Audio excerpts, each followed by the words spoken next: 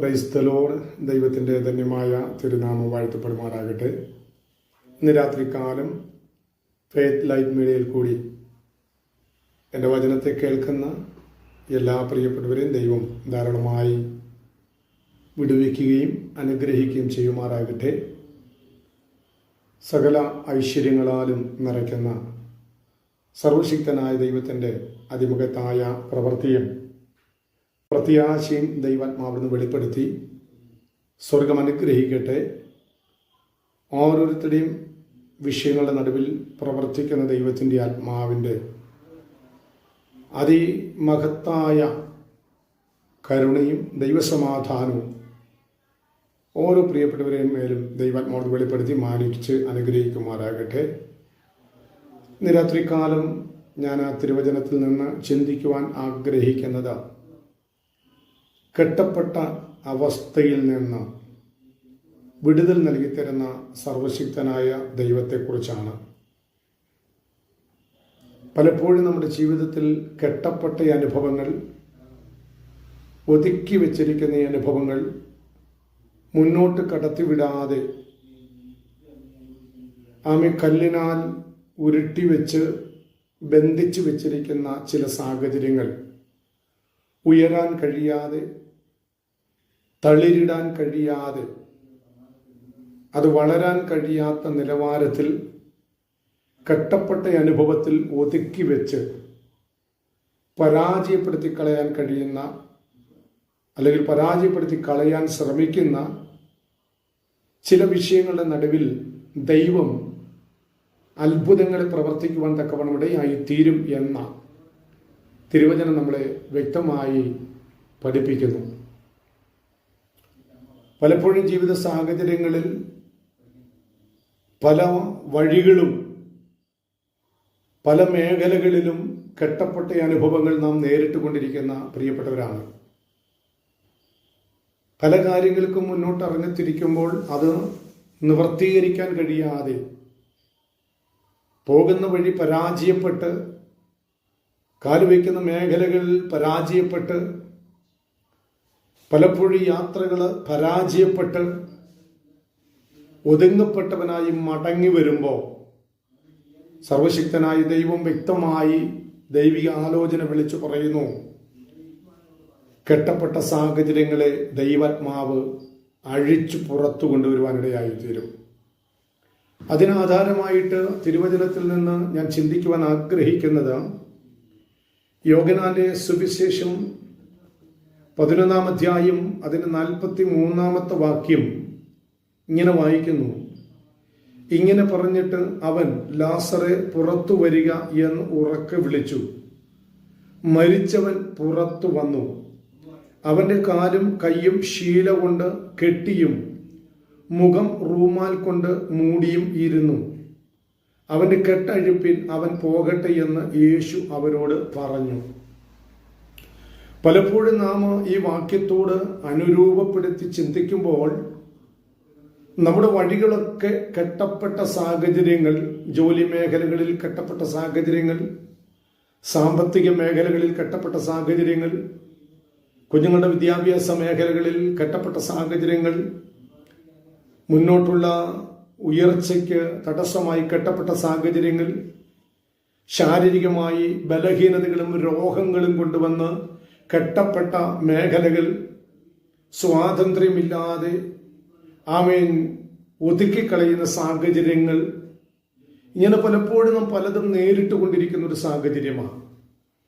കെട്ടപ്പെടുക എന്ന് പറയുമ്പോൾ മുന്നോട്ട് ചലിക്കാൻ കഴിയാത്ത നിലയിൽ ഒതുക്കിക്കളയുക എന്നുള്ളതാണ് കെട്ടപ്പെടുക എന്ന് പറയുമ്പോൾ നമുക്ക് ചിന്തിക്കാൻ കഴിയുന്നതാണ്. ഇവിടെ ലാസറിനെ കുറിച്ച് ദൈവാത്മാവ് പറയുന്നു, കെട്ടപ്പെട്ട അവസ്ഥയിൽ ഒതുക്കി കല്ലറയ്ക്കുള്ളിൽ വെച്ച ചില സാഹചര്യങ്ങൾ. മാർത്ത പറയുന്നുണ്ട്, കർത്താവേ, നീ ഇവിടെ ഉണ്ടായിരുന്നു എങ്കിൽ എൻ്റെ സഹോദരൻ മരിക്കയില്ലായിരുന്നു. മറിയ പറയുന്നുണ്ട്, നീ ഇവിടെ ഉണ്ടായിരുന്നു എങ്കിൽ എൻ്റെ സഹോദരൻ മരിക്കയില്ലായിരുന്നു. അപ്പോ പലപ്പോഴും കെട്ടപ്പെടാനുണ്ടാകുന്ന കാരണമെന്ന് പറയുന്നത്, മാർത്തയും മറിയം പറയുന്നു, നീ ഇവിടെ ഉണ്ടായിരുന്നു എങ്കിൽ സഹോദരൻ ലാസർ മരിക്കയില്ലായിരുന്നു. അപ്പൊ പലപ്പോഴും നമ്മുടെ ജീവിതത്തിൽ കെട്ടപ്പെട്ട അനുഭവങ്ങൾ ഉണ്ടാകുന്നതിന് കാരണം യേശു നമ്മുടെ ഭവനത്തിൽ ഇല്ലാത്തത് കൊണ്ടാണ്. എന്നാൽ യേശുവിൻ്റെ കൂട്ടുകാര് അല്ലെങ്കിൽ സഹോദരന്മാരിൽ ഒരുവൻ, ഏറ്റവും അധികം സ്നേഹിക്കുന്ന കൂട്ടുകാരിൽ ഒരുവനാണ് ലാസർ എന്ന് പറയുന്നത്. Praise the Lord. യേശു പലപ്പോഴും ഞാൻ ചിന്തിക്കുന്നു, ഈ ലാസറിന്റെ ഭവനത്തിൽ വന്നിട്ടുണ്ടായിരിക്കാം, ലാസറിനോടൊപ്പം സഹകരിച്ചിട്ടുണ്ടായിരിക്കാം, സഹോദരിമാരോടൊപ്പം സഹകരിച്ചിട്ടുണ്ടായിരിക്കാം. വ്യക്തമായിട്ട് വിളിച്ചു പറയുന്നുണ്ട്, യേശുവിൻ്റെ കാല് എണ്ണ പൂശി തലമുടി കൊണ്ട് തുടച്ചത് ഈ മറിയാണെന്ന് പറയുന്നുണ്ട്, ലാസറിന്റെ സഹോദരി മറിയാണെന്ന് പറയുന്നുണ്ട്. പക്ഷേ എന്നെ ചിന്തിപ്പിച്ച ഒരു ഭാഗം എന്ന് പറയുന്നത്, കണ്ണുനീരുകൊണ്ട് പാദം നനച്ച് മുടി കൊണ്ട് തുടയ്ക്കുമ്പോഴും എണ്ണ പൂശി കൊടുക്കുമ്പോഴും ഭവനത്തിന്റെ ഉള്ളറയിൽ ആരില്ല? യേശു ഇല്ല. അതാണ് മാർത്തയും മറിയയും പറയുന്നത്, നീ ഇവിടെ ഉണ്ടായിരുന്നു എങ്കിൽ അവൻ മരിക്കയില്ലായിരുന്നു. അപ്പോൾ ഈ മാർത്തയും മറിയയും യേശുവുമായി സഹകരിച്ചിട്ടുണ്ടെങ്കിലും ഉള്ളിന്റെ ഉള്ളിൽ യേശുവിന്റെ സാന്നിധ്യം ഇതുവരെ പ്രവേശിച്ചിട്ടില്ല എന്നുള്ളത് നമുക്കവിടെ വ്യക്തമായി കാണാൻ കഴിയുന്നുണ്ട്. അങ്ങനെയെങ്കിൽ എപ്പോ മാർത്തയും മറിയയും യേശുവിനെ സ്വീകരിക്കാൻ തയ്യാറായോ അപ്പോഴാണ് കെട്ടപ്പെട്ട ചില വിഷയത്തിന് വിടുതൽ ലഭിക്കുവാൻ തക്കവണ്ണമിടയായി തീർന്നതാണ്. ഇന്ന് രാത്രിക്കാലം ദൂത് വിളിച്ചു പറയാം, യേശുവിനെ ഭവനത്തിന്റെ ഉള്ളറയിൽ സ്വീകരിക്കാൻ നാം എപ്പോൾ തയ്യാറാകുന്നു ആ നിമിഷം കെട്ടപ്പെട്ട ചില വിഷയത്തിന് വിടുതൽ ഉണ്ടാകുവാനിടയായിത്തീരും. ഭവനത്തിൽ സ്വീകരിക്കുക എന്ന് പറയുമ്പോൾ 4 കെട്ട്, മൺകട്ട കൊണ്ട് കെട്ടിയിരിക്കുന്ന 4 കെട്ട് ഭവനത്തിന്റെ ഉള്ളറയിൽ സ്വീകരിക്കുന്ന കാര്യമല്ല ഞാൻ പറഞ്ഞത്. ഞാനാകുന്ന ഭവനത്തിന്റെ ഉള്ളറയിൽ യേശുവിനെ സ്വീകരിക്കാൻ തയ്യാറാകുമ്പോൾ എൻ്റെ കെട്ടപ്പെട്ട വിഷയം എന്താണോ, വരിഞ്ഞു മുറുക്കി വെച്ചിരിക്കുന്ന വിഷയം എന്താണോ, അത് എത്ര വർഷമായ വിഷയമാണെങ്കിലും ദൈവാത്മാവ് അതിനെ അഴിച്ചു പുറത്തു കൊണ്ടുവരുവാനിടയായിത്തീരും. മാർത്തയും മറിയയും പറയുന്നുണ്ട്, അവനെ വെച്ചത് എവിടെയെന്ന് ചോദിക്കുമ്പോൾ പറയുന്നുണ്ട്, കൊണ്ടുപോയി കാണിച്ചിട്ട് പറയുക, കർത്താവേ 4 ദിവസം കഴിഞ്ഞു നാറ്റം വെച്ചു. 4 ദിവസം കഴിഞ്ഞ് നാറ്റം വെച്ചു.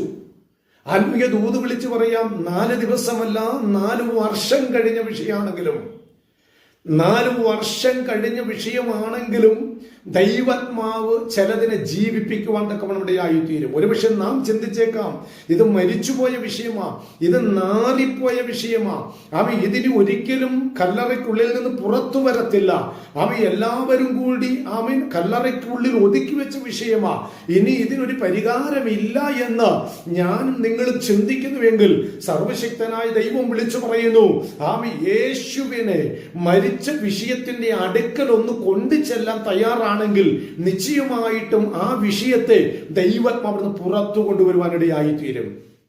അത് ജോലി സംബന്ധമായി ഉള്ള വിഷയമായിക്കോട്ടെ, പ്രൊമോഷൻ സംബന്ധമായിട്ടുള്ള വിഷയമായിക്കോട്ടെ, സാലറി സംബന്ധമായുള്ള വിഷയമായിക്കോട്ടെ, തലമുറ സംബന്ധമായുള്ള വിഷയമായിക്കോട്ടെ, ഭവന സംബന്ധമായുള്ള വിഷയമായിക്കോട്ടെ, ഏത് വിഷയമാണെങ്കിലും വിഷയത്തിന്റെ അടുക്കൽ യേശുവിനെ കൊണ്ടു ചെല്ലാൻ തയ്യാറാകണം. എത്ര പേർക്ക് ഇത് മനസ്സിലാകുന്നു? എന്റെ വിഷയം എന്താണോ അതിന്റെ അടുക്കലേക്ക് യേശുവിനെ കൊണ്ടുചെല്ലാൻ തയ്യാറാകുമ്പോഴാണ് ദൈവം ആ വിഷയത്തിന്മേൽ പരിഹാരം വരുത്തുവാനിടയായിത്തീരുന്നത്. മാർത്തയും മറിയയും കൂടി യേശുവിനെ ലാസറിനെ വെച്ച കല്ലറയുടെ അടുക്കൽ ചെന്നപ്പോഴാണ് കല്ലറയ്ക്കകത്ത് കിടന്ന കെട്ടപ്പെട്ട വിഷയത്തിന്, ഒതുക്കപ്പെട്ട വിഷയത്തിന്, കല്ലുരുട്ടി വെച്ച വിഷയത്തിന് ദൈവാത്മാവിന് വിടുതൽ കൊടുത്ത് പുറത്തു കൊണ്ടുവന്ന് അവന്റെ കെട്ടുകളെ അടിച്ച് അവന് സ്വതന്ത്രനായി വിടുവാനിടയായി തീർന്നത്. അങ്ങനെയെങ്കിൽ യേശുവിനെ എന്റെ വിഷയം എന്താണോ, നമ്മുടെ വിഷയം എന്താണോ, ആ വിഷയത്തിന്റെ അടുക്കലേക്ക് യേശുവിനെ കൊണ്ടുവരാൻ തയ്യാറാകുമ്പോൾ, ഹൃദയം കൊണ്ട് സ്വീകരിച്ച് യേശുവിന്റെ കരങ്ങളിലേക്ക് വിഷയത്തെ ഏൽപ്പിച്ചു കൊടുക്കാൻ തയ്യാറാകുന്നു എങ്കിൽ വിഷയത്തിന് പരിഹാരം നൽകി തരുവാനിടയായിത്തീരും. ആ വിഷയം എന്തുമായിക്കോട്ടെ, ഞാൻ നേരത്തെ പറഞ്ഞതുപോലെ നമ്മുടെ ഏത് സാഹചര്യങ്ങളിൽ അനുഭവിക്കുന്ന വിഷയമായിക്കോട്ടെ, ദൈവാത്മാവ് ആ വിഷയത്തിന് പരിഹാരം നൽകി തന്ന, ആ കെട്ടപ്പെട്ട ഉണ്ടാക്കപ്പെട്ട അനുഭവങ്ങളെ അഴിച്ച് സ്വതന്ത്രമായി വിട്ട് ക്രിസ്തുവിൽ മാനിക്കുന്ന ഒരു സർവശക്തനായ ദൈവമാണ് എന്നുള്ളത് അവൻ പ്രത്യാശയോടെ അവൻ സ്വീകരിച്ചുകൊണ്ട് മുന്നേറുവാൻ ദൈവം നമ്മെ സഹായിക്കട്ടെ. ആമേൻ. എല്ലാ കെട്ടുകളും ദൈവം അഴിക്കട്ടെ. ഈ ചിന്തകളാൽ ദൈവം നമ്മെ അനുഗ്രഹിക്കുമാറാകട്ടെ. സ്തോത്രം.